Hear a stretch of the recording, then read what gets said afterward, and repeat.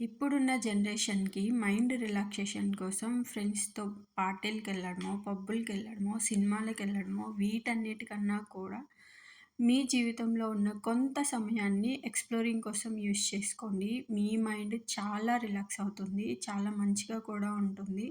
అప్పుడప్పుడు ఫ్రెండ్స్ తోటి సినిమాలకే కాకుండా ఇలా ఫారెస్ట్‌ని చూడడానికో లేదా ట్రిప్స్‌కో వెళ్ళండి. మైండ్ చాలా రిలాక్సేషన్ వస్తుంది. నేను నాగర్‌హోల్ టైగర్ రిజర్వ్‌కొచ్చాను. కర్ణాటకలో ఉన్న ఈ టైగర్ రిజర్వ్ నేను స్టే చేస్తున్న ప్లేస్‌కి చాలా దగ్గర ఉంటుందనమాట. ఇలాంటి జింకలు నేను ఈ జర్నీలో కొన్ని వందలు చూసి ఉంటాను.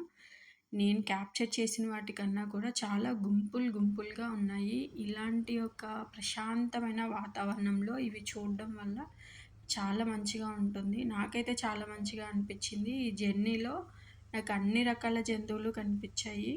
ఈవెన్ వైల్డ్ బఫెలోస్, ఎలిఫెంట్స్ అన్నీ కనిపిచ్చాయి. ఒక్కొక్కటి ఈ వీడియోలో చూపిస్తూ ఉంటాను. లాస్ట్ వరకు చూడండి. ఇంకెవరైనా సబ్స్క్రైబ్ చేసుకోకపోతే సబ్స్క్రైబ్ చేసుకోండి. ఈ టైగర్ రిజర్వ్‌లో ఎర్లీ మార్నింగ్ 6-6:30 లోపల వచ్చాము అని అంటే ఖచ్చితంగా మనకొక చిరుతైన కనిపిస్తుంది. కానీ మేమంత త్వరగా రాలేకపోయాము. అండ్ ఈ వీడియోలో చూడండి ఎంత ప్రశాంతంగా ఉన్నాయో అవి. అక్కడ అంతే ఆక్సిజన్ కూడా దొరుకుతూ ఉంటుంది. నాకు ఈ వ్యూ చాలా నచ్చింది. కారు దిగి కిందకి వెళ్ళి వాక్ చేసేంత ఫ్రీడమ్ అయితే మనకివ్వరు ఫారెస్ట్ వాళ్ళు. అందుకు కాబట్టే దూరం నుంచి చూసి సంతోషపడాలి అంతే. కానీ ఇలాంటి ప్లెజెంట్ వాతావరణం ఓన్లీ ఫారెస్ట్‌లోనే దొరుకుతుంది. ఎందుకనంటే బయటంతా పొల్యూషన్‌తో నిండిపోయింది కాబట్టి.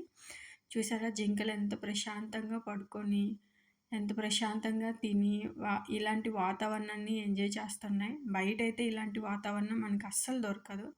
సో, ఈ వాతావరణానికి చాలామందికి ఇష్టం ఉండొచ్చు, ఇష్టం ఉండకపోవచ్చు.